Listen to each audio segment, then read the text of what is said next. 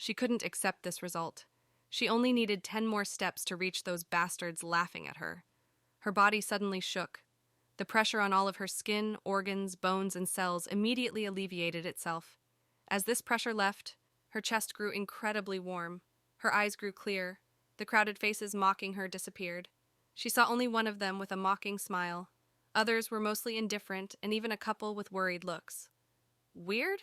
What's going on? The pain was gone. It felt like the air grew less heavy. The mind-numbing pain from this field of crystals was no longer debilitating. Sunny hazardous radiation isn't affecting you as much as before. Unknown bodily function was triggered. Duration of the effect is unknown. Kimarya shakily got to her feet. She wiped the blood from her under her eyes, nose, ears, and mouth. She walked forward. The air and her body still resisted, but it was nowhere as difficult or as painful as before. 10 steps. She stopped next to the fellow that was the source of the snort and derision.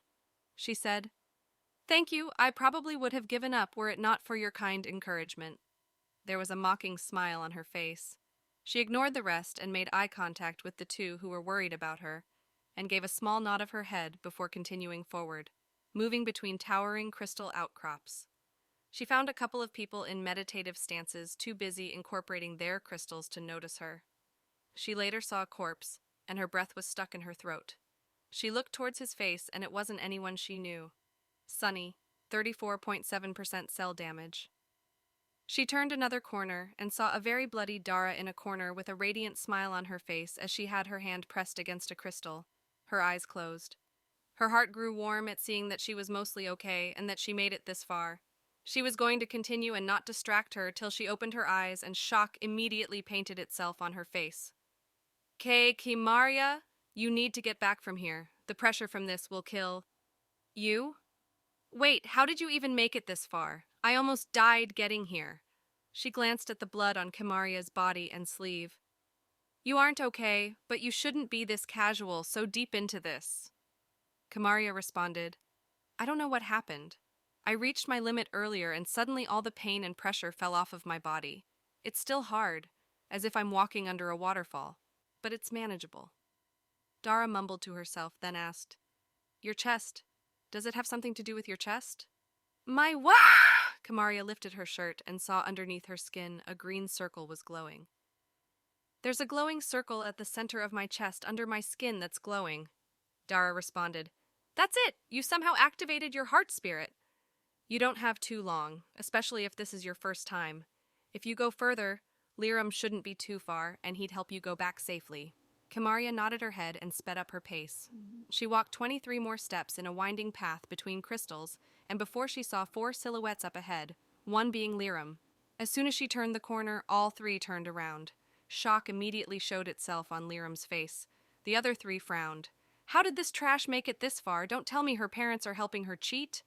It would make sense, considering she not only lived through the first trial, but even got the trashy ape with no cultivation. What treasure are you using to make it this far? If you let me reach the Nexus, I can overlook your cheating and not report it to the elders. Kimarya, go back. It's not safe over here, Liram whispered.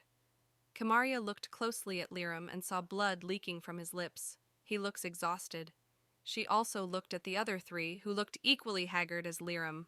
She looked ahead and saw a red haze in front of the 4 people. Alistair roared, How dare you ignore me!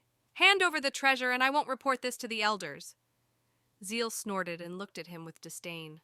Liram flinched but moved to get between Alistair and Kimarya before he said, You need to go. Whatever item you are using, he might take it and you'll die from the pressure of this area. Pick a crystal and go. Zeal snorted once more and turned away before selecting an especially bright crystal on the outskirts of the red haze in the center of this treacherous domain. The other 2 people looked at her, blood running from their eyes, making them look terrifying.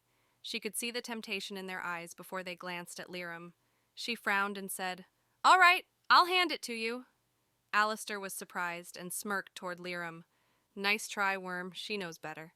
He continued, Girl, I'll help you get a good crystal for making the right choice. She walked towards Alistair.